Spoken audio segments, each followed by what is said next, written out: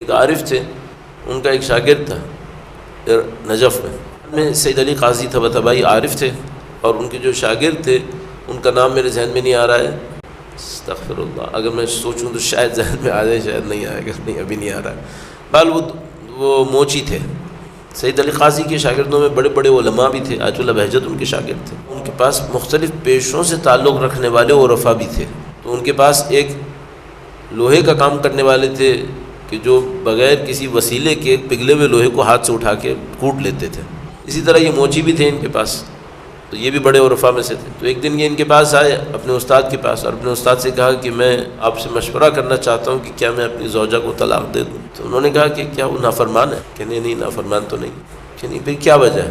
کہ نہیں وہ نافرمان نہیں ہے، لیکن مسئلہ یہ ہے کہ وہ اس کے باپ کا انتقال ہو چکا ہے، اس کی ماں اکیلی ہے، وہ مجبور ہے کہ اپنی ماں کا ساتھ دے، اس کی ماں ہمارے گھر میں رہتی ہے، وہ انتہائی بد زبان ہے، انتہائی بد اخلاق ہے، وہ ہمارے گھر میں رہتی ہے اور دن رات مجھے غربت کے طعنے دیتی ہے، میرا عذاب کیا ہے، جان عذاب میں کی بھی ہے، جبکہ میرے گھر میں رہ رہی ہے۔ میں اپنی زوجہ سے یہ نہیں کہہ سکتا کہ اس کو نکال دو، کیونکہ وہ بیچاری اپنے ماں کا ساتھ دینے میں مجبور ہے، اس کی ماں کے لیے، اور میں اس کو کہتا ہوں کہ اپنی ماں کو سنبھالو کہ بھائی یہ تو میرے ساتھ نہ کرے، تو اس کا کنٹرول نہیں ہے اپنی ماں کے اوپر۔ یہ تو میں نہیں کہہ سکتا کہ تم اپنی ماں کو نکال دو، وہ نہیں کرے گی، پھر میں یہی سوچ رہا ہوں کہ میں اس کو طلاق دے دوں کہ یہ کہیں اور جائے اپنی ماں کو لے کے اور میری جان چھوڑے۔ کہنے گے نہیں شرعاً صحیح نہیں کر سکتے، تم ایسے نہیں کر سکتے، میں طلاق نہیں دوں تو کیا کروں، یہ اتنی بد اخلاق بد زبان، میں جیسے گھر آتا ہوں یہ میری جان کو عذاب کر دیتی ہے۔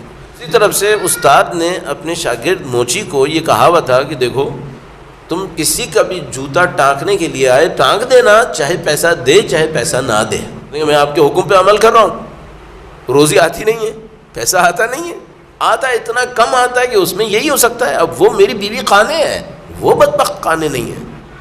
کہنے گے صبر کرو، یہ میں صبر کا ایک حد ہوتی ہے، کتنا صبر کروں؟ کہا کچھ اور صبر کرو، خدا کوئی راستہ دکھائے گا۔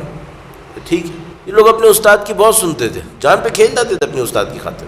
آیت اللہ بہجت خود اپنی جان پہ کھیل گئے اپنے استاد کے حکم کی وجہ سے، تو وہ انہوں نے صبر کیا، وہ اپنے گھر چلے گئے۔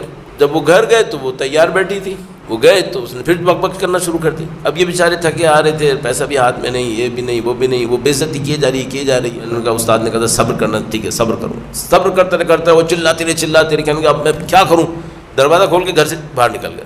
تو ایک چوراہے تک پہنچے، وہاں اس زمانے میں پتلی پتلی گلیاں ہوتی تھیں، یوں نکل کے ایک اور گلی کے سامنے آ رہے تھے، دو گلیاں جیسے بن رہی ہوں، تو وہاں دیکھا کہ ایک منظر ہے کہ وہ سامنے کھڑے اور ان کی ساس بھی سامنے کھڑی ہے۔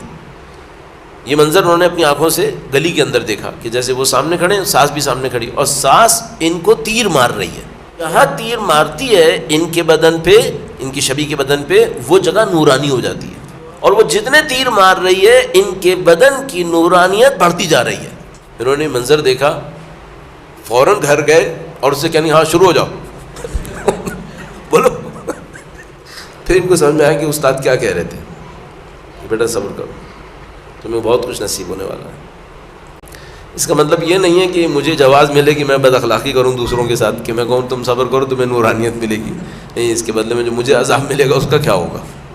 اینڈ اسی نورانیت پر ہے کہ خدا متعال نے ہمیں معذب کیا ہے کہ ہم اس دنیا کے چھلکے کو اتاریں۔